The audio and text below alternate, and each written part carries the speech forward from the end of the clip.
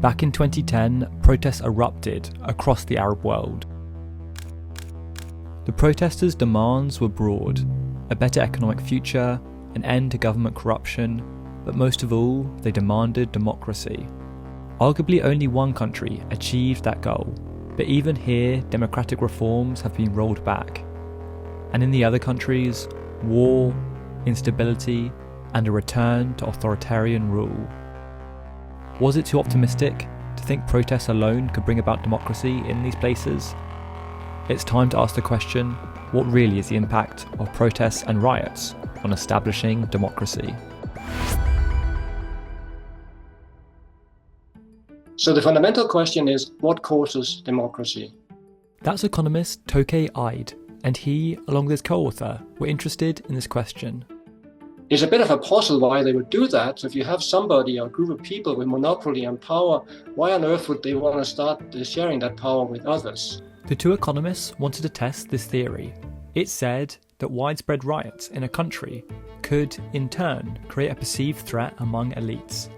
They might fear revolution, which tended to end badly for those in charge. This would encourage them to move towards democracy, a better option than the alternative. So that's effectively the idea behind the threat of revolution hypothesis that we are testing in this, that the incumbent elites that really doesn't want to share power too much, but would do it in order to prevent a revolution that is even worse for them from happening. And to test this, they looked at an example 200 years ago. See, back then, Britain faced mass protests. The country was becoming increasingly industrialised. Machines like these were invented. Crops would be placed in here, and then the machine would separate them into grain and straw. A job that might have taken 30 men, replaced by one machine. As a result, agricultural workers across the country were losing work. Their wages fell, and because of a few poor harvests, food was hard to come by. These workers began to riot, attacking new machinery and burning down barns. Threatening letters like these were sent to landowners. They were signed Swing, a made-up name which stuck, the unrest becoming known as the Swing Riots. This got the Economist thinking. After all, a year later, a new landmark piece of legislation was passed. It was called the Reform Act, and it introduced big changes. Before, small places like these were each given MPs. They had representation in Parliament, despite only tiny populations. But big cities had nothing. They didn't get to send MPs to Westminster. This clearly unfair system was fixed by the Reform Act, and it made the Economist question, had the Swing Riots made the elites fear revolution, which, in turn, forced them to pursue democratic reform?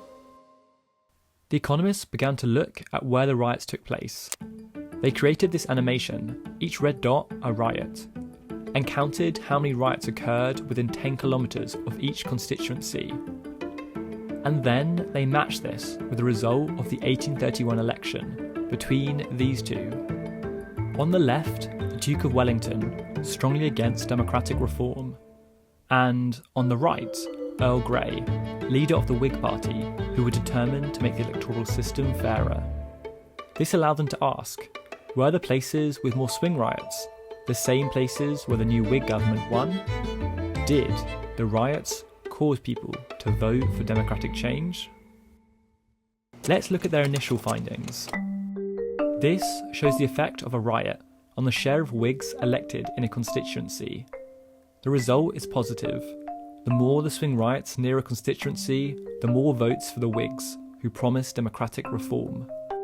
As a sanity check, The Economist did the same analysis with the 1830 election, which occurred even before the riots took place. And, as expected, the riots had practically no effect. But, when looking at the 1831 election, one additional riot increased the vote for the Whigs by 0.47%. The swing riots seem to have had an effect, influencing people to vote for democracy. In 1830, the Whigs got just 43% of the vote, but this climbed to 57% in the 1831 election after the riots. The Economist calculated that 5% of the gain was due to the riots. The question we were interested in was whether or not the threat of a revolution has anything to do with democratization. What our study here establishes is that at least at one point in a very complicated reform process that took place in the 1830s in the United Kingdom, it did have an effect. Protests and riots clearly don't always lead to democracy, but in this case, it seems they played a role. Thank you to Toke S Aidt for his support as part of this project. Please watch further videos in our series delivered by Discover Economics, Cage Research Centre and the Centre for Economics, Policy and History. Please visit our website and follow us on social media.